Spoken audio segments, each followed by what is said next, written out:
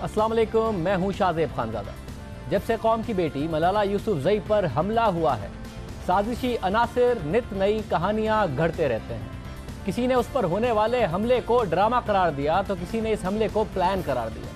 पाकिस्तान तहरीक इंसाफ की खुसूसी नशिस्त पर मुंतखब होने वाली रुकन कौमी असम्बली मुसर्रत अहमद ज़ेब ने अंग्रेज़ी रोज़नामा एक्सप्रेस ट्रिब्यून को गुज़िश्ता रोज़ एक इंटरव्यू में कहा कि मलाला पर हमला ड्रामा था जिसमें मुख्तलिफ ग्रुप्स मुलविस थे। उन्होंने ये दावा किया कि इस ड्रामे के लिए उन तक भी रसाई हासिल की गई ताकि वो इस ड्रामे का हिस्सा बने, लेकिन उन्होंने इनकार कर दिया। मुसर्रत अहमद ज़ेब ने अपने ट्विटर पैगाम पर भी इल्ज़ामात आयद किए। उन्होंने अपने ट्विटर पैगाम में तंज करते हुए मौजज़ा इस वाक़े को करार दिया। साथ ही सवाल उठा रही हैं कि मलाला यूसुफजई के पर तो कोई गोली तक का निशान नहीं है। तहरीक इंसाफ ने मुसर्रत अहमद ज़ेब से मुकम्मल लाताल्लुकी का इजहार किया है। एक तरफ मुसर्रत अहमद ज़ेब के इल्ज़ामात और वो नुकात जिसकी जानिब वो तवज्जो दिला रही हैं, दूसरी तरफ वो हक़ाइक़ जो हमने हमले के फुटेज में देखे। आइए आपको सब बताते हैं। ये कंट्रोवर्सी आए दिन पैदा हो जाती है, आए दिन कौम की इस बेटी पर तनकीद हो जाती है। आज आपके सामने वो सारे हक़ाइक़ रखेंगे और आज हमारे प्रोग्राम में वो neuro surgeon doctor Mumtaz Ali साहब मौजूद होंगे जिन्होंने हमले के फ़ौरन बाद मलाला यूसुफजई का ऑपरेशन किया और आज पहली बार वो मीडिया पर आकर तमाम तफसीलात सामने रखेंगे कि उस दिन हुआ क्या था, उन्होंने ऑपरेशन किया कैसे था, कितनी हकीकत थी और ये जो इल्ज़ामात हैं इनमें कितनी हकीकत है कि ऐसा तो कुछ हुआ ही नहीं था। उन्होंने क्या देखा, कैसे ऑपरेशन किया, सारे हक़ाइक़ आपके सामने रखेंगे। सवात में यह वाक़या 9 अक्टूबर 2012 की दोपहर को पेश आया जब एक दहशतगर्द ने मलाला को निशाना बनाया। हमलावर ने स्कूल वैन में दाखिल होकर मलाला का पूछा और फिर मलाला का तयन होने पर इंतहाई करीब से फायरिंग कर दी। मलाला के साथ उसके दो साथी तालिबा कायनात रियाज और शाजिया रमज़ान भी ज़ख्मी हुई। इन दोनों की हालत खतरे से बाहर थी, लेकिन मलाला ज़िंदगी और मौत की जंग लड़ रही थी। कलअदम तंजीम तहरीक तालिबान पाकिस्तान ने मलाला यूसुफजई पर हमले की जिम्मेदारी कबूल की और उस वक्त तालिबान पाकिस्तान के तर्जुमान एहसानुल्लाह एहसान का बयान सामने आया कि मलाला यूसुफजई पर हमला इसलिए किया गया क्योंकि मलाला के ख्यालात तालिबान के खिलाफ थे। तो क्या तहरीक तालिबान पाकिस्तान भी इस ड्रामे का हिस्सा थी? तहरीक तालिबान पाकिस्तान की तरफ से मलाला पर हमला और उसके बाद उसे कबूल करना, क्या ये सब उस स्क्रिप्ट का, उस ड्रामे का हिस्सा था? मलाला को हमले के बाद हंगामी तौर पर CMH पेशावर मुंतकिल किया गया। वो इंतहाई निगहदाश्त में कोमे की हालत में थी, जहाँ से बाद में उन्हें बेहतर इलाज के लिए रावलपिंडी के फौजी अस्पताल लाया गया था। 10 अक्टूबर को उस वक्त के army chief general Ashfaq Parvez Kayani ने CMH अस्पताल का दौरा किया, मलाला को दी जाने वाली तिब्बी सहूलियात का जायज़ा लिया और उसके वालिद से मुलाकात भी की कि साबिक आर्मी चीफ जनरल कियानी भी इस ड्रामे का हिस्सा थे, इस स्क्रिप्ट का हिस्सा थे। 11 अक्टूबर 2012 को ISPR ने उस वक्त की तस्वीर भी जारी की। 12 अक्टूबर को प्रेस कॉन्फ्रेंस करते हुए उस वक्त के DG ISPR आसिम बाजवा ने मलाला पर हमले की तफसीलात से आगाह किया था और बताया था कि मलाला की हालत नाजुक है। मलाला को पेशावर से एक स्पेशल मिलिट्री हेलीकॉप्टर के ज़रिए CMH रावलपिंडी के एक यूनिट AFIC में मुंतकिल करने का फ़ैसला किया गया और मुंतकली का ये फ़ैसला डॉक्टरों की पैनल के हिदायत के मुताबिक था, क्योंकि इंतहाई निगहदाश्त की जो सहूलियात हैं वो यहाँ पर इंतहाई मौजूद पाई गई। ये मुंतकली का मरहला जो कि मुश्किल था, अल्हम्दुलिल्लाह कामयाबी से मुकम्मल हुआ। स्पेशलिस्ट और इंटेंसिव केयर स्पेशलिस्ट के मुताबिक अगले 36 से 48 घंटे क्रिटिकल हैं। अल्लाह ताला से दुआ है कि उनको जल्द सेहत कामला से नवाजें, आमीन। क्या फौजी तर्जुमान आसिम बाजवा भी गलत कह रहे थे? क्या वो भी उस एजेंडे को, उस स्क्रिप्ट को आगे बढ़ा रहे थे जिसका इल्ज़ाम लग रहा है कि ये तो मगरिब का एक एजेंडा था जिसमें मज़ेब साहिबा कहती हैं कि मुझे भी ऑफ़र की गई थी। जब मलाला को पेशावर से रावलपिंडी आर्मी हेलीकॉप्टर के ज़रिए मुंतकिल किया जा रहा था तो मलाला को arm forces institute of cardiology में मुंतकिल किया गया और 15 अक्टूबर को ISPR के तर्जुमान का बयान आया कि मलाला को मुकम्मल सेहतियाबी के लिए तवील निगहदाश्त की ज़रूरत है। बैरून मुल्क भिजवाने का फैसला डॉक्टरों के बोर्ड ने अहले खाना की मुशावरत से किया। डॉक्टर्स की टीम मुसलसल मलाला की निगहदाश्त कर रही है। ISPR के बयान में कहा गया कि मलाला को तवील मुद्दत के लिए इलाज की ज़रूरत है ताकि उनको लगी जिस्मानी और जहनी चोट का इलाज किया जा सके। बयान में कहा गया था कि मलाला यूसुफजई को पाकिस्तान से बरतानिया मुंतकिल करने के लिए दुबई से खुसूसी एम्बुलेंस तैयारा मंगवाया गया। ट्रांसपोर्टेशन और बैरून मुल्क इलाज के अखराजात हुकूमत पाकिस्तान बर्दाश्त करेगी। क्या ये प्रेस रिलीज भी उसी स्क्रिप्ट का हिस्सा थी। ये भी ड्रामा और साजिश थी। 15 अक्टूबर को ISPR की जानिब से तस्वीर भी शेयर की गई जिसमें मलाला को बैरून मुल्क मुंतकली के लिए ले जाया जा रहा था। 12 सितंबर 2014 को ISPR की जानिब से जारी प्रेस रिलीज में बताया गया कि मलाला और इसकी 2 साथी तालिबात पर हमला करने वाले गिरोह को गिरफ्तार कर लिया गया। इस गिरोह में कितने लोग थे, किन लोगों ने मलाला के स्कूल वैन को रोका, किस पिस्तौल से हम फायरिंग की गई और वो कैसे बैरून मुल्क इलाज के लिए मुंतकिल की गई, सारी तफसीलात से आगाह किया गया। और किसने और किसी और ने नहीं बल्कि पाक फौज ने आगाह किया। जिन दहशतगर्दों ने मलाला पर फायरिंग की, उन लोगों की तस्वीर भी जारी की गई और प्रेस रिलीज में आगाह भी किया गया कि मलाला तेजी से सेहतियाब हो रही है। उस वक्त के DG ISPR आसिम बाजवा ने प्रेस कॉन्फ्रेंस करके मलाला और उसकी साथी तालिबात पर हमला करने वालों की गिरफ्तारी से मुताल्लिक आगाह करते हुए क्या कहा था, आपको सुनवाते हैं। मलाला यूसुफजई,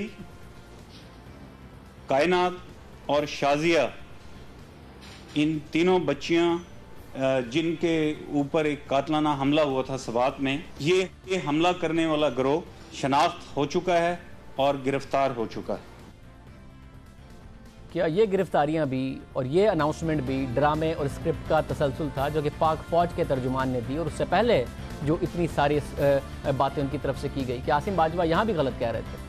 वज़ीर आज़म नवाज शरीफ, तहरीक इंसाफ के चेयरमैन इमरान खान, साबिक सदर आसिफ अली जरदारी जो उस वक्त सदर थे, मियां नवाज शरीफ उस वक्त वज़ीर आज़म नहीं थे, NP के सरबराह फंदियार वली साहब, गज़ के तमाम सियासी क़यादत ने भरपूर मजम्मत की, आज तक करते हैं। तो क्या ये सब भी ड्रामे और स्क्रिप्ट का हिस्सा थे और आज भी हैं? आज जब तहरीक इंसाफ की MNA ने ये बयान दिया और तहरीक इंसाफ ने मुकम्मल तौर पर उससे लाताल्लुकी का इजहार कर दिया, तो क्या तहरीक इंसाफ आज भी उस ड्रामे का हिस्सा है, उस स्क्रिप्ट का हिस्सा है? पाकिस्तान भर में मलाला पर हमले की मजम्मत की गई थी, लेकिन कुछ लोगों ने इसे एक साजिश साबित करने की कोशिश की और अब भी कर रहे हैं। हालांकि हकाइक सामने है। जुलाई 2013 में तालिबान के रहनुमा अदनान रशीद की जानिब से मलाला को खत लिखा गया, जिसमें उसने मलाला को लिखा कि तालिबान को यकीन था कि वो उनके खिलाफ दानिस्ता लिखने के अलावा सवात में इस्लामी निज़ाम के क़याम की कोशिशों के मुनाफी मुहिम जारी रखे हुए थी।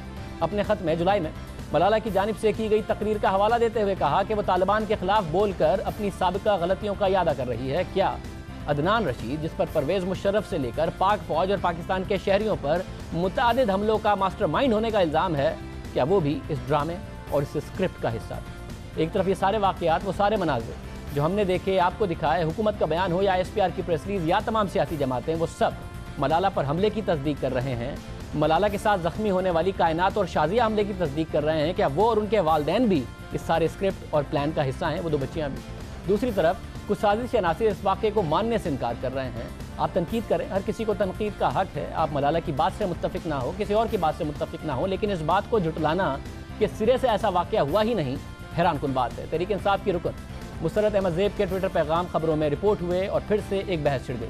मुसर्रत अहमद ज़ेब इल्ज़ाम लगा रही हैं कि हुकूमत ने मलाला की कहानी घड़ने वाले तिब्बी अमले को भी सहूलियात फराहम की, और तो और ये इल्ज़ाम भी आयद किया कि जब मलाला ने BBC उर्दू के लिए गुल मकई के नाम से डायरी तहरीर की तो उस वक्त वो लिखना या पढ़ना ही नहीं जानती थी। ये तक कहा गया कि गोली का निशान तक नहीं है, यानी वो ये इम्प्लाई कर रही हैं कि गोली लगी ही नहीं है। अगर मलाला यूसुफजई का चेहरा आप देखें उन इंटरव्यूज़ में जो कि गोली लगने से पहले थे और आज, तो आपको वाज़ेह तौर पर वो फ़र्क नज़र आ जाता है। बहरहाल आज हमारे साथ neuro surgeon doctor Mumtaz Ali मौजूद हैं। आज हम उनसे बात करेंगे कि ये वाकई मामला है क्या, उन्होंने फ़ौरी तौर पर मलाला का ऑपरेशन किया था। डॉक्टर मुमताज़ अली साहब, बहुत शुक्रिया, आप क्लिनिक में ही थे और बहुत मसरूफ़ थे, उसके बावजूद हमारी दरख्वास्त पर आपने हमें ज्वाइन किया। मैं बड़ा शुक्रगुजार हूँ आपका। उस दिन आपने क्या देखा, कैसे मलाला का इलाज किया, क्या हालात व वाक़यात थे, आप प्लीज़ अगर आवाम के सामने रखना चाहें। बेसिक ऑब्जेक्टिव ये है कि सच को सच कहा जाए और झूठ को झूठ कहा जाए। मेरे ख्याल में जो सच बात है वो ये है कि मैं काम करता हूँ यहाँ लेडी रीडिंग हॉस्पिटल में in capacity of neuro surgery professor के, और ये कोई 1:30 बजे मुझे इतला मिली थी कि इस तरह केस है फायर आर्म इंजरी का, उसको लेडी रीडिंग अस्पताल ला रहे हैं। हमने उसके लिए प्रिपरेशन किया, लेकिन instead of lady reading hospital उसको CMH में उतारा गया और ये हेलीपैड से उसको उन्होंने स्वास्थ्य से शिफ्ट किया था। फिर आफ्टरनून में मुझे क्लिनिक से बुलाया गया कि आप इसको देख लें, और जब मैंने उसका मुआयना किया था तो उस वक़्त वो बेहोश थी और उसका वो हम मेडिकल लाइन में उसको ग्लासको कोमा स्केल कहते हैं, वो तकरीबन उसका 9-10 के लेवल पे था। मतलब है कि शी वाज सीवियरली इंजर्ड, और इसको ब्रेन के लिहाज से हम सीवियर हेड इंजरी में काउंट करते हैं। जब उसको देखा गया तो उसके लेफ़्ट साइड पे फोरहेड में एंट्री पॉइंट था और बुलेट उसका गया था लेफ़्ट टेम्पोरल बोन में, जो ब्रेन का हिस्सा है जो बोलने के लिए मखसूस है, दिमाग का वो हिस्सा जो बोलने के लिए मखसूस है। और फिर ये बुलेट चमड़े के नीचे गर्दन से होते हुए शोल्डर तक आ चुका था, और वो इंतहाई नर्व्स भी थी और पेल लुकिंग भी थी। और उस वक़्त तो जो सीटी स्कैन था वो दिखा रहा था कि इसमें इसका ब्रेन का लेफ्ट हिस्सा जो है ना वो काफ़ी ज़ख्मी है। जो उस वक़्त मेजर साहब थे, बाद में कर्नल बने, जो मेरे कुलीग भी हैं और न्यूरोसर्जन भी थे, उसको मैंने इंस्ट्रक्शन दिया था उस वक़्त कि इसको अभी फ़िलहाल कुछ न करें और बेहतर ये है कि वो मेडिसिन का ट्रायल दे दें, 2 घंटे के बाद इसका दोबारा मुआयना करेंगे। रात के 11 बजे फिर उसका दोबारा फ़ोन आया कि जी the patient condition is going down and she is going to die. तो कहते हैं कि मैं आपके पीछे कुछ बंदे भेजता हूँ, आप उनके साथ आ जाएं घर से। मैंने कहा यार इस तरह लाइन आर्डर सिचुएशन है। कहते हैं सर मैं खुद आ रहा हूँ, और वो मेरे घर आए हैं। फिर मैं उसके साथ तो सीमेच में गया, हमने एंटी कुली को बुलाया, उसने उसकी ट्रिकियास्टोमी की, जो हवा की नाली में सुराख करना पड़ता है सांस लेने के लिए। और उसके बाद हमने उसके ब्रेन का सर्जरी किया और उसकी बड़ी एक्सटेंसिव क्रेनियोटोमी प्रोसीजर, जिसमें हड्डी खुलनी पड़ती है और दिमाग का पर्दा भी खुलना पड़ता है। बहुत बड़ा ऑपरेशन किया उसका। बुलेट निकाली, बुलेट निकालना तो आसान काम था क्योंकि तो चमड़े के नीचे पड़ा हुआ था, लेकिन उसका जो injured part of the brain था उसको हमने हटा दिया, और जो उसका दिमाग का पर्दा जो कटा हुआ था दोबारा हमने उसकी ड्यूरोप्लास्टी की, जो प्रोसीजर था जिसमें हमने डिबरा बनाया, और उसके हड्डी को हमने उसके एब्डामिन में रखा, यानी ये पेट के नीचे जो चमड़ा है इसके नीचे, और ये गट के ऊपर हमने उसको रखा था कि उसको बाद में दोबारा हम यूज़ करेंगे। अगर पेशेंट सर्वाइव कर गई तो फिर हम इसको यूज़ करेंगे ऊपर।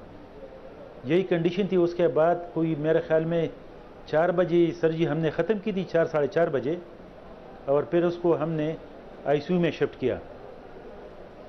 वो रात मैंने सीमेच में गुजारी एक दोस्त के साथ, और फिर सुबह देखा तो पूरे पाकिस्तान में एक अजीब सा सिचुएशन मैंने फेस किया कि हर तरफ से काले पे काले थी। और जब उसको बाद में एक हमारे सीनियर न्यूरोसर्जन KPK की टीम और हमारे ब्रिगेडियर साहब थे CMH के, वो आए और उन्हें उनका मुआयना किया, उसका फॉलोअप CT स्कैन हमने किया, और हमारी टीम ने ये डिसाइड किया था कि अब इसको और ज़रूरत नहीं है ट्रीट करने की, बाकी इसको रिहेबिलिटेशन की ज़रूरत है। और उसको CMH में 1-2 दिन रखा, लेकिन चूँकि उस साल मैंने हज पे जाना था तो फिर मैं 3 दिन के बाद हज पे चला गया, और फिर बाद में मैंने सुना कि वो उन्होंने CMH शिफ्ट किया था और रीहेब के लिए फिर बाहर भेजा गया। डॉक्टर साहब, आपको लगता था कि सरवाइव कर जाएगी जब आप खुद ऑपरेशन कर रहे थे, और ये जो रिकवरी हुई है मलाला यूसुफजई की, ये आइडियल रिकवरी है, इससे और बेहतर हो सकती है जिस तरीके से आपने ऑपरेशन किया? चंद चीज़ें जो आप वो उसको देखते हैं आपको नज़र आता है। एक तो जब वो बात करती है तो इसका एक फेशियल नर्व एक साइड पे चूँकि इंजर्ड है तो उसका मुंह टेढ़ा हो जाता है, इसमें कोई शक नहीं है, और ये हकीकत है। जब वो बोलने लगती है आप उसको देख लें ज़रा। सर्जरी वाइज मेरे ख्याल में प्रोसीजर मुश्किल नहीं था, लेकिन डिसीजन वाइज थोड़ा सा इन टाइम डिसीजन कर लिया, वरना अगर इसमें मिनट और चंद घंटे और गुजर जाते तो आज मलाला मेरे ख्याल में न होती, और जितने ये आजकल दुनिया में ये चर्चे हो रहे हैं ये सब उस वक्त दफन हो चुके होते। तो मैं तो इतना कह सकता हूँ क्योंकि मेरी तो पेशेंट थी, और हर एक पेशेंट हमारे लिए मलाला होती है, ख्वाह वो मलाला हो या ना हो। इस सूबे का और इस इलाके का मुझ पे हक है। डॉक्टर साहब बहुत शुक्रिया। डॉक्टर साहब हमारे साथ मौजूद थे, मसरूफ़ थे, क्लिनिक में थे, उसके बावजूद हमारी दरख्वास्त पर हमें ज्वाइन किया कि हकीकत आवाम के सामने रखिए, उस दिन हुआ क्या था ये आवाम को बताइए। हम बहैसियत कौम चाहते क्या हैं? एक तरफ हम मुआशरे के मनफी पहलुओं पर तनकीद करते हैं, निज़ाम की कमज़ोरियों पर तनकीद करते हैं, ज़िम्मेदारों से सवाल करते हैं, तरक्की की राहें हमवार करने की बात करते हैं, नौजवानों के लिए मौक़े पैदा करने की बात करते हैं, नौजवानों से अच्छी उम्मीद लगाते हैं कि वो निडर हों, बहादुर हों, इल्म से मोहब्बत करें, जहालत और दहशत गर्दी के ख़िलाफ़ लड़ें। लेकिन जब कोई ऐसा करता है और इसकी कोशिश में जान की परवाह किए बगैर डटा रहता है, जहालत से लड़ता है, जीत जाता है, दुनिया उसे सराहती है, उसे हीरो करार देती है, फिर हम में से ही एक कुव्वत उठती है और सारी कुव्वत उस प्रोपेगेंडे में लग जाती है कि दुनिया को बताए कि तुम गलत हो। हमारा नौजवान हीरो नहीं है। ऐसा ही पाकिस्तान का एक नाम मलाला यूसुफजई का है। दुनिया मलाला को अवार्ड दे रही है, भरोसा करके मलाला फंड में मिलियंस ऑफ डॉलर्स दे रही है कि आप दुनिया में तालीम के फैलाव के लिए काम करें। अपनी पार्लियामेंट में बुलाकर मलाला को खिताब करने का एजाज़ दे रही है, उसको एजाज़ी शहरियत दे रही है, उसके एक एक जुमले पर खड़े होकर दाद दे रही है, और हम ये कर रहे हैं। एक तरफ दुनिया है और दूसरी तरफ उसके कुछ हमवतन जिनके साजिशी नज़रियात मलाला भुगत रही है। वो अपने ही मुल्क में आने से महरूम है। कुछ साजिशी नज़रिए के हामिल लोग उसकी कोशिशों को बेसमर करने की नाकाम कोशिश कर रहे हैं। सवाद की इस लड़की का तालीम के हुसूल के लिए हिम्मत करना, अमन का पैगाम फैलाना, दहशतगर्दों के सामने डट जाना, सारी बातों को मशकूक बनाने के लिए भरपूर प्रोपेगेंडा किया जा रहा है। लगता है हमने ये ठेका उठा रखा है कि किसी को हीरो नहीं बनने देना, और अगर कोई बन जाए तो इसे गिराने के लिए हर हद से गुजर जाएं, और फिर ये ख्वाहिश भी करें कि हमारे हीरो बनते क्यों नहीं हैं, दुनिया हमारे हीरोज़ को रिकॉग्नाइज़ क्यों नहीं करती। वैसे शिकायत ये होती है कि दुनिया हमारे हीरोज़ की कदर नहीं करती, मगर जब दुनिया कदर करे तो हम खुद दुनिया को बताते हैं कि ये आपकी साजिश है, कि मलाला की शोहरत, इज़्ज़त और कामयाबी ही उसकी मुखालफत की वजह है। ये वो लोग सोचें जो उसके खिलाफ साजिशी नज़रिए बुनते हैं और बुनते बुनते थकते नहीं। प्रोग्राम में ब्रेक शामिल करते हैं, तो हम इस खबरों पर बात करते हैं।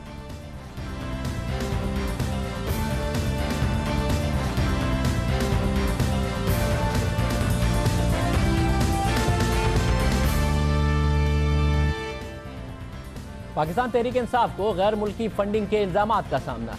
मामला इलेक्शन कमीशन ऑफ पाकिस्तान के पास भी है और सुप्रीम कोर्ट भी इस इल्ज़ाम को सुन रही है। फैसला अदालत ने करना है, लेकिन इस हवाले से कुछ हकाइक हमारे पास मौजूद हैं और दस्तावेज़ात भी हमारे पास हैं। और पाकिस्तान तहरीक इंसाफ वाहिद पाकिस्तानी सियासी पार्टी नहीं जिसने अमेरिका में कंपनी रजिस्टर्ड कराई हो, जो इंतखाबी मुहिम या फंड्स जमा करने के लिए हो, बल्कि इन पार्टीज़ में peoples party, MQM, all Pakistan Muslim league से वाबस्ता शख्सियात ने भी अपनी पब्लिसिटी, फंड्स या फिर मुख्तलिफ तकरीबात के लिए अमेरिका में कंपनियां बनाई। लेकिन PTI के अलावा इनमें से कोई भी जमात ऐसी नहीं जिसने अपनी फंडिंग पाकिस्तान मुंतकिल की हो। बाकी किसी जमात ने वहाँ से फंडिंग पाकिस्तान मुंतकिल नहीं की, लेकिन पाकिस्तान तहरीक इंसाफ ने की। हमें मिलने वाली दस्तावेज़ात के मुताबिक पाकिस्तान तहरीक इंसाफ अमेरिका से अतियात, फंड्स और चंदा आज भी जमा कर रही है। PTI ने अप्रैल 2017 में अमेरिकी डिपार्टमेंट ऑफ जस्टिस को आगाह किया कि अक्टूबर 2016 से अप्रैल 2017 तक पाकिस्तान तहरीक इंसाफ ने अमेरिका से $1,17,000 के फंड्स जमा किए और पाकिस्तान मुंतकिल किए। PTI ने 2011 से 2017 तक तकरीबन $35 लाख अमेरिका में जमा किए, $3.5 मिलियन।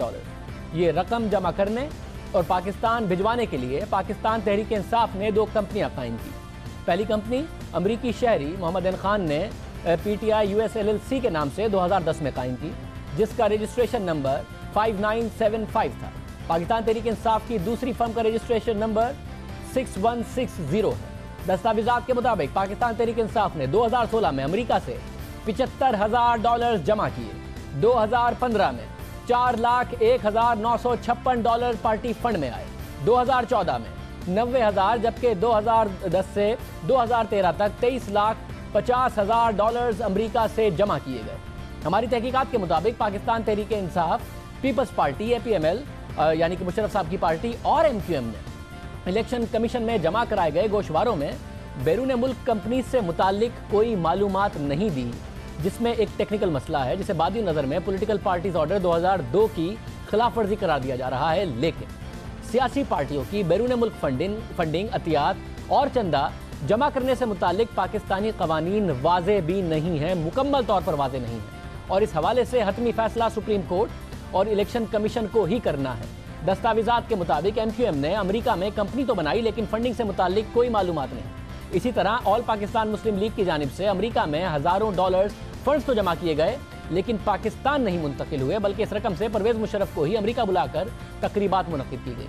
पाकिस्तान तहरीक इंसाफ के सेक्रेटरी जनरल जहांगीर तरीन के मुताबिक अमेरिकी कानून के मुताबिक सिर्फ रजिस्टर्ड फर्म्स ही डोनेशन जमा कर सकती हैं, इसलिए ये कंपनियां नहीं बल्कि अतियात जमा करने के कानूनी ज़राए हैं जिन्हें पाकिस्तान तहरीक इंसाफ ने भी कायम किया है, और इसका मकसद सिर्फ जमा किए गए अतियात को अमरीकी कवानीन के तहत लाना है, यानी पाकिस्तान लाना है।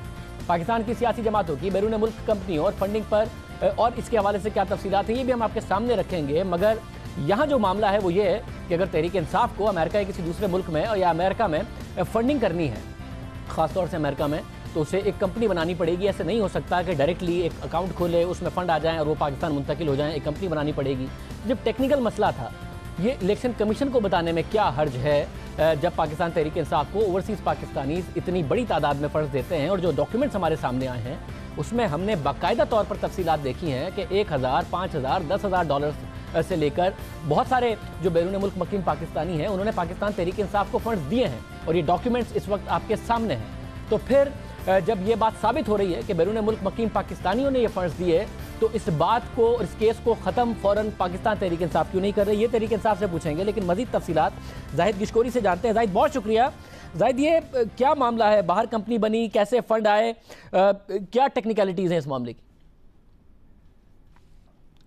एक चीज़ शाहज़ेब बहुत अहम है, पाकिस्तान तहरीक इंसाफ ने जो वहाँ पर फ़ंड रेज़ किए अमेरिका में, वो पाकिस्तानी कवानीन में जो पॉलिटिकल पार्टीज़ ऑर्डर है 2002 का, उसकी शिक अगर आप 6 और 13 पढ़ें, उसमें हर पार्टी को अपने डिक्लेरेशन जो इलेक्शन कमीशन ऑफ पाकिस्तान के साथ जमा कराने होते हैं उसमें बताना होता है कि डोनेशन और जितने भी फ़ंड वो रेज़ कर रही हैं कहाँ से कर रही हैं, आया कि उन्होंने कंपनीज वहाँ पर मुल्क से बाहर किसी जगह बनाई हुई हैं। तो पाकिस्तान तहरीक इंसाफ ने नहीं बताया। और इस सिलसिले में पाकिस्तान तहरीक इंसाफ अकेली जमात नहीं है, 3 और सियासी जमातें हैं पाकिस्तान की जिन्होंने वहाँ पर डिपार्टमेंट ऑफ जस्टिस के साथ कंपनीज बनाई हैं। उसमें पाकिस्तान पीपल्स पार्टी ने एक अपने इंटरनेशनल फॉर्म के ज़रिए एक कंपनी रजिस्टर करवाई थी 2007 में। 6 महीने तक ये कंपनी वहाँ पर एक्टिव रही। उसके बारे में हमें डिटेल्स हासिल हैं, लेकिन हमें ये नहीं पता कि उसने फ़ंड जनरेट किए थे या नहीं किए थे। मतलब साथ में ये बताइए, MQM और मुशर्रफ साहब की पार्टी हो या फिर पाकिस्तान पीपल्स पार्टी, इन तीनों ने भी अगर कंपनीज वहाँ पर रजिस्टर्ड कराई थी, इनका भी वही मामला है जो तहरीक इंसाफ का है या अलग है? देखिए, जहाँ फ़ंड रेज़ करने की बात आती है, केस बज़ाहिर तो ऐसे ही लगता है क्योंकि आल पाकिस्तान मुस्लिम लीग ने वहाँ पर फ़ंड रेज़ किए हैं, लेकिन हमारे पास इंफॉर्मेशन ये नहीं है कि आया कि वो पाकिस्तान ट्रांसफ़र किए गए थे या नहीं किए गए थे।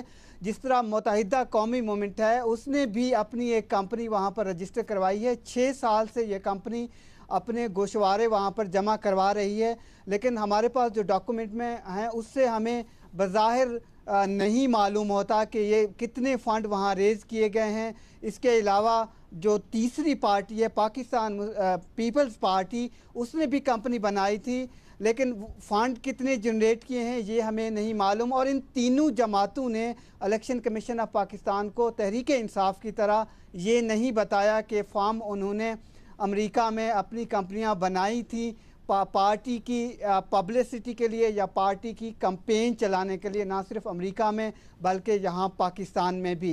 लेकिन एक चीज़ शाहज़ेब बहुत ज़रूरी है, जो पाकिस्तान पॉलिटिकल पार्टीज़ ऑर्डर है उससे ये लगता है कि इन चारों पार्टीज़ ने, जो मैंने वहाँ डॉक्यूमेंट देखे हैं, ये चीज़ शो नहीं की है कि उन्होंने कंपनीज़ बना रखी हैं या उनकी कंपनीज़ एक्टिव रही हैं। तो बज़ाहिर ये लगता है उस कानून की खिलाफ वर्जी की गई है जो कि यहाँ पाकिस्तान में है।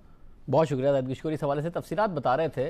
अब ये मामला क्या है, क्योंकि दिलचस्प बात यह है कि अमरीकी डिपार्टमेंट ऑफ जस्टिस में पाकिस्तान तहरीक इंसाफ फंडिंग की मुकम्मल तफसीलात मौजूद हैं, लेकिन पाकिस्तान में PTI इस हवाले से तफसीलात देने में क्यों नहीं आगे बढ़ रही? जब अमेरिका का कोई कानून नहीं तोड़ा, जहाँ पर कानून बहुत सख्त है, अगर वहाँ से फंडिंग कानून के मुताबिक पाकिस्तान ट्रांसफ़र की तो इलेक्शन कमीशन को भी बता दें।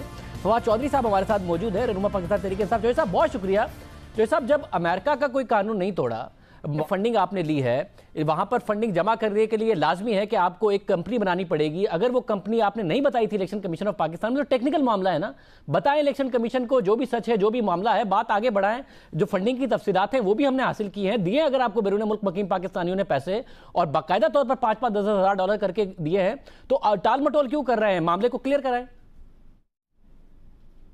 تھوڑا سا میں آپ کو بتا دوں کہ فورن فنڈنگ ہوتی کیسے ہے. فورن فنڈنگ ایسے ہوتی ہے جو اس میں دو معاملات ہیں. ایک معاملہ یہ ہے کہ جو پی ایم ایل این کہہ رہی ہے اس وقت سپریم کورٹ میں, وہ کہتی ہے کہ جو فنڈز ہم نے اوورسیز پاکستانی خصوصاً امریکن پاکستانیوں سے لیے ہیں وہ فورن فنڈنگ تصور کی جائے, کیونکہ امریکن پاکستانی ان کی نظر میں پاکستانی نہیں ہیں, اور وہ کہتے ہیں کہ چونکہ انہوں نے جو عطیات دیے ہیں وہ پاکستانیوں کے نہیں ہیں, لہٰذا پی ٹی آئی کو فورن فنڈڈ کمپنی جو پارٹی ہے وہ تصور کیا جائے.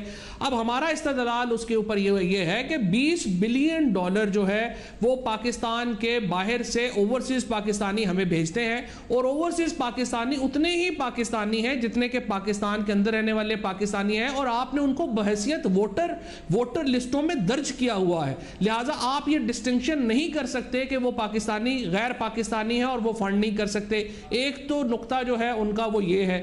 دوسرا نقطہ جو ہے ان کا یہ ہے کہ جو الیکشن کمیشن میں جو فنڈز آتے ہیں, اگر آپ مثال کے طور کے اوپر کوئی ہاسپٹل بنانا چاہیں کراچی میں, تو آپ یہ کریں گے کہ آپ امریکہ جائیں گے, ایک وہاں پہ جو فارا جو وہاں کا قانون ہے اس کے مطابق آپ ایک کمپنی رجسٹر کرائیں گے, اس کمپنی کا اکاؤنٹ کھلے گا, اس اکاؤنٹ سے پیسے پاکستان میں ٹرانسفر ہوں گے. تو جو سب یہ ساری ٹیکنیکلٹیز ہے نا, یہ الیکشن کمیشن کو بتائیں کہ جی بیرون ملک مقیم پاکستانیوں سے پیسے لے کے آئے ہیں, تفصیلات اس کی ساری موجود ہیں. امریکہ میں فنڈنگ اس وقت تک ہو نہیں سکتی جب تک کہ آپ وہاں پر کوئی فرم بنائیں گے. اگر آپ نے وہ انفارمیشن نہیں دی تھی الیکشن کمیشن کو تو اس کی کیا ٹیکنیکل وجہ تھی؟ اب تحریک انصاف جیسی پاپولر پارٹی کسی ٹیکنیکل وجوہات کی بنا پر تو نہیں نا ڈسکوالیفائی ہو جائے گی الیکشن لڑنے سے, ایسا تو ہو نہیں سکتا پاکستان میں. تو کم از کم جو معاملات ہیں وہ بتائیں. آپ الٹا الیکشن کمیشن کی جورسڈکشن کو چیلنج کیے جا رہے ہیں کہ نہیں جی آپ نہیں سن سکتے یہ معاملہ. ساری تفصیلات رکھیں کہ جی ہم نے امریکہ میں کوئی قانون نہیں توڑا, جہاں اتنے معاملات ہیں تو آپ پاکستان میں کوشچن کر رہے ہیں, آپ بھاگے جا رہے ہیں, ٹال مٹول کر رہے ہیں, الیکشن کمیشن کی جورسڈکشن کو چیلنج کر رہے ہیں. نہیں دیکھیے, ہم جورسڈکشن یہ کہہ رہے ہیں, ہمارا ایک دیکھیں نا, ایک تو قانون ہے. قانون یہ ہے کہ الیکشن کمیشن فورن فنڈنگ کا معاملے کا جائزہ نہیں لے سکتا. وہ جائزہ کون لے سکتا ہے؟ وہ جائزہ لے سکتی ہے وفاقی حکومت. ہمارے جو وکیل ہیں انہوں نے تو قانون پڑھ کے سنانا تھا نا. ہم وہ کہہ رہے ہیں کہ بھائی یہ جو معاملہ ہے فورن فنڈنگ کا, یہ آپ وفاقی حکومت کو بھجوائیں گے, وفاقی حکومت دیکھے گی جو وزارت داخلہ ہے. اب آپ دیکھیں مثلا حنیف عباسی صاحب جو اگر وکیل جو وہ تو پی ایم ایل این کے ممبر ہیں اور پی ایم ایل این کی حکومت ہے. ہم تو اپنی جورسڈکشن کو کیا, ہم تو اس کو بھی اس سے بھی زیادہ بات بڑھا رہے ہیں, اور ہم کہہ رہے ہیں کہ فورن جو فیڈرل گورنمنٹ ہے وہ اس کو دیکھ لے. آپ کے پاس دو طریقے ہیں نا, یا تو آپ یو اے ای سے جا کے پیسے لے لیں, سعودی عرب سے جا کے پیسے لے لیں, ایران سے جا کے پیسے لے لیں, لیبیا سے لے لیں, یا آپ آئی ایس آئی سے پیسے لے لیں, یا اسامہ بن لادن سے پیسے لے لیں. کچھ پارٹیز نے یہی کیا ہے, اسامہ بن لادن سے پیسے لیے ہیں, آئی ایس آئی سے پیسے لیے ہیں, اور اصغر خان کیس اس کے ہمارے سامنے موجود ہے.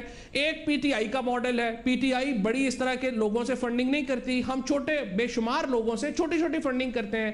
سو جو میری نظر میں, اور کوئی بھی جو پولیٹیکل ورکر ہوگا اس میرے خیال میں جو سمجھتا ہوگا, دیکھیں پارٹی کو چلانے کے لیے پیسے چاہیے, اخراجات چاہیے. وہ اخراجات آپ طریقہ یہ ہے کہ یا فنڈنگ سے پورا کر لیں یا دوسری فنڈنگ سے پورا کر لیں. ٹھیک ہے نا, بیرون ملک مقیم پاکستانیوں سے آپ فنڈ ریزنگ کرتے ہیں, عمران خان صاحب ویسے بھی فنڈ ریزنگ کرتے ہیں, لوگ دیتے ہیں عمران خان صاحب کو فنڈز. یہ ٹیکنیکل معاملے کو ایسے ہی آپ نے جا کے لگانا ہے, یا آپ یہ کہہ رہے ہیں کہ نہیں الیکشن کمیشن نہیں دیکھے گا, آپ یہ جا کے کہہ رہے ہیں بلکہ وفاقی حکومت اس کی تحقیقات کرے. یعنی اگر میاں نواز شریف صاحب کے اپنے معاملات کی تحقیقات وفاقی ادارے کریں تو آپ کہتے ہیں ان کو کہ ریزائن دیں کیونکہ انفلوئنس کریں گے, مگر آپ کو اپنے معاملات کی تحقیقات کے لیے وفاقی اداروں پر ٹرسٹ ہے, آپ نہیں کہیں گے کہ انہوں نے انفلوئنس کر دیا, اس کے لیے آپ کہیں الیکشن کمیشن نہ کرے, وفاقی ادارے کریں. دیکھیں معاملہ یہ ہے کہ آپ قانون, دیکھیں نا سپریم کورٹ میں جو آرگیو ہوگا وہ تو قانون پہ ہی آرگیو ہوگا نا, خواہشوں پہ تو آرگو نہیں ہوگا. آپ انور منصور صاحب ہیں, پاکستان کے فارمر اٹارنی جنرل ہیں, ایک بہت نامور وکیل ہیں, انہوں نے قانون پڑھا, ان کی انٹرپریٹیشن یہ ہے کہ جناب یہ جو فورن فنڈنگ کا معاملہ ہے یہ الیکشن کمیشن اس کو نہیں دیکھ سکتا, حکومت دیکھ سکتی ہے, لہٰذا انہوں نے اپنے لیگل پوائنٹ پر آرگیو کیا ہے. اور صاحب ویسے یہ بھی اچھی بات ہے کہ پاکستان تحریک انصاف صرف لیگل پوائنٹس پر آرگیو کر رہی ہے, مگر پھر بعد میں پولیٹیکل وکٹمائزیشن کا الزام نہ لگا رہے ہو آپ. ایک سیدھا کیس ہے, یو ایس اے کی خلاف ورزی نہیں کی, فنڈز آپ کے آئے ہیں, تفصیلات آپ کی موجود ہیں, پھر پولیٹیکل وکٹمائزیشن کا نہ الزام لگا رہے ہو الیکشن کمیشن اگر کرنا چاہ رہا ہو اسے نہ کرنا دیکھے. देखिए मुझे अपना अगर एक तज्जिए के तौर के ऊपर ये मुमकिन ही नहीं है कि कोई हुकूमत में इतने गट्स हों या कोई भी हो जो पीटीआई को बैन कर सके, क्योंकि मासेस की पार्टी है और जिस तरह से आपने कहा कि टेक्निकलिटीज़ के ऊपर उस तरह से नहीं कर सकते, वो इशू नहीं है। इशू ये है कि जो इस केस की जो बुनियादी नौयत है और मकसद है जिसके लिए PMLN ने ये फाइल किया है, वो ये है कि इतनी धूल उड़े कि समझ ही ना आए कि मामला क्या है। और PTI के ऊपर इमरान खान जो ज़्यादातर मुकदमात हैं उनका मकसद, उनकी तौज़ीह सवाए इसके है ही कुछ नहीं कि इतने मामलात को गंभीर बना के पेश किया जाए कि यूं लगे कि PTI और इमरान खान भी तो ऐसे ही है जैसे PMLN है, हालांकि ऐसा बिल्कुल भी नहीं है दूर दूर तक। बहुत शुक्रिया फौजोई साहब हमारे साथ मौजूद थे। आज 30 मई तक की आखिरी मोहलत भी दी गई है और ये मामला अब कहाँ जाएगा, क्योंकि जवाब जमा कराने को कहा गया है। ये एक मामला सीधा है, टेक्निकल अगर कुछ चीज़ें हैं वो एक्सप्लेन की जाएंगी या तहरीक इंसाफ इसी बात पर कायम रहेगी, अब ये देखना होगा। प्रोग्राम में एक ब्रेक शामिल करते हैं, मज़ीद आम पर बात करेंगे।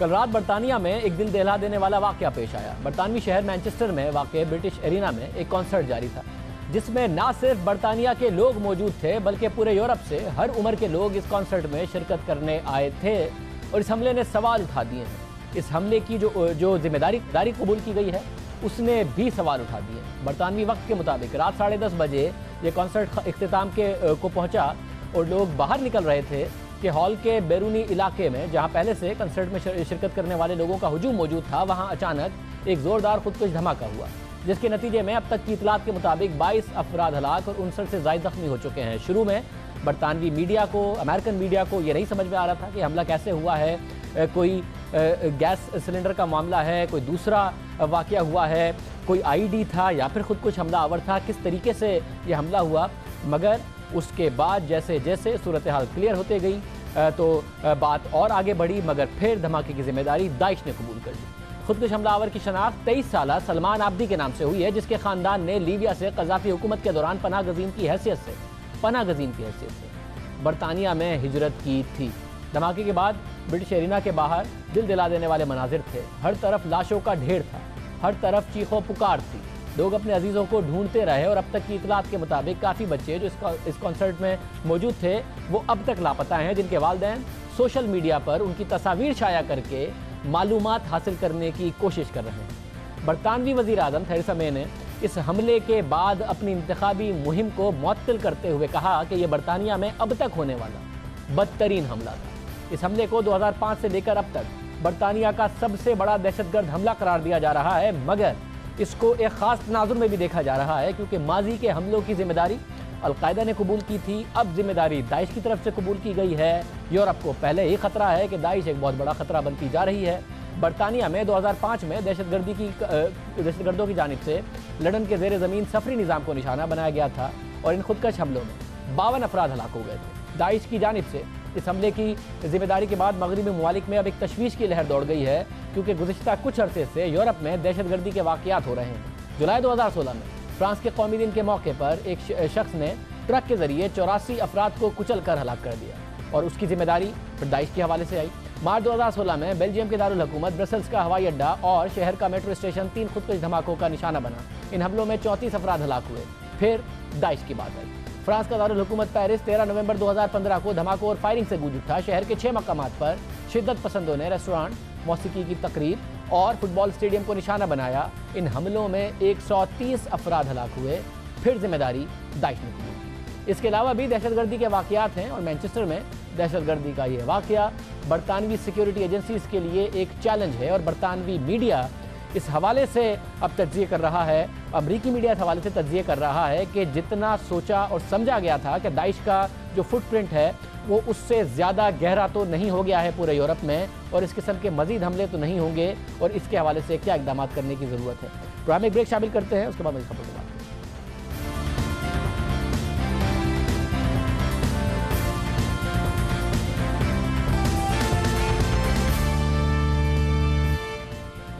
इमरान खान वफाकी हुकूमत पर मुसलसल तनकीद कर रहे हैं। सोशल मीडिया एक्टिविस्ट पर होने वाले क्रैकडाउन के हवाले से वो मुसलसल हुकूमत को तनकीद का निशाना बना रहे हैं। साथ कह रहे हैं कि वो सड़कों पर निकल आएंगे।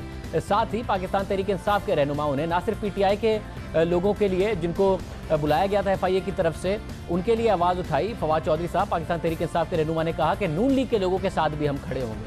आज इमरान खान साहब के हवाले से जब वो मुसलसल कह रहे हैं कि हम प्रोटेस्ट करेंगे, तो इंसार साहब ने एक बात की जो बड़ी अहम है, क्या कहते हैं?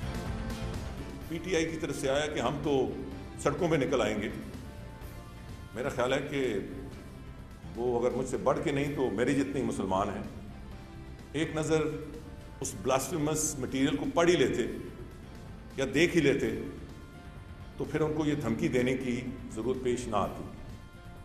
जो इंसार साहब ने ये बात करके फिर एक बड़े मसले को एक बात तक महदूद कर दिया। उनको वजाहत करना चाहिए थी कि जिन सियासी सोशल मीडिया कारकुनान को गिरफ्तार किया गया और जिनसे पूछगछ की गई थी, उन्होंने तौहीन मजहब की थी या फिर सिक्योरिटी इदारों पर तनकीद। इमरान खान आवाज़ उठा रहे थे कि जो पॉलिटिकल एक्टिविस्ट हैं, जो सोशल मीडिया पर कमेंट्री करते हैं, आपने उन्हें गिरफ्तार किया। FIA के ज़रा हमें बताते रहे कि ये पाक फौज पर, फौज के इदारे पर तनकीद की वजह से गिरफ्तार किए गए।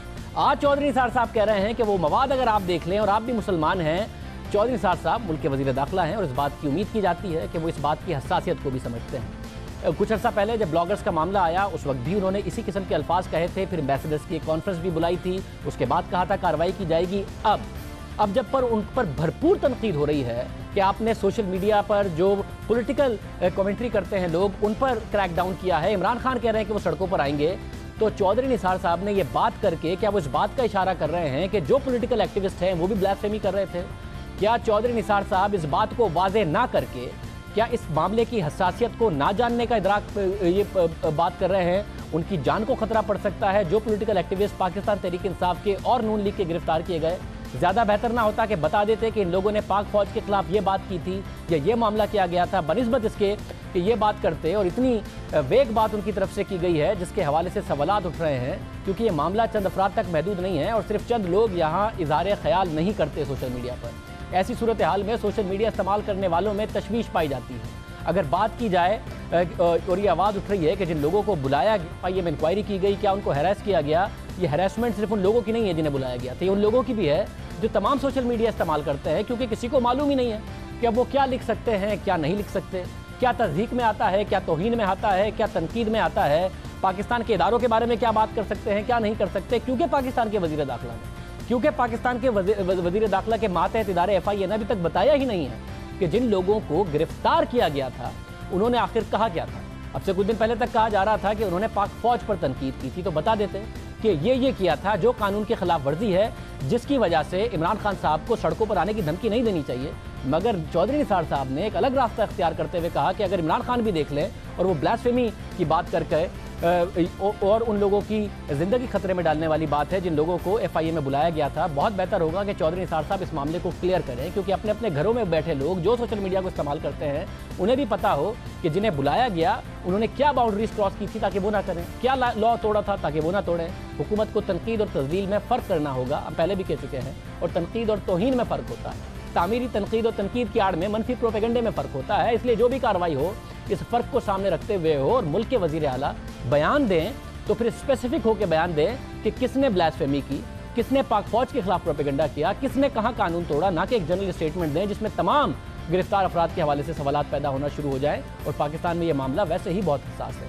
प्रोग्राम में आगे बढ़ते हैं, बात करते हैं खंजर के 23 वार से तशद्दुद का इशारा बनने वाली कानून की तालिब इल्म खदीजा सिद्दीकी के केस पर chief justice Lahore high court ने इंतजामी नोटिस ले लिया है। और आज chief justice Lahore high court Syed Mansoor Ali Shah ने सेशन जज लाहौर से इंतजामी तौर पर रिपोर्ट तलब की और जुडिशल मजिस्ट्रेट मुबशिर हुसैन ऐवान को 30 दिन में रोज़ाना की बुनियाद पर समाअत करने की हिदायत जारी कर दी। इसके अलावा डायरेक्टर जनरल डिस्ट्रिक्ट जुडिशरी को हफ्तावार रिपोर्ट पेश करने की हिदायत भी जारी की गई है।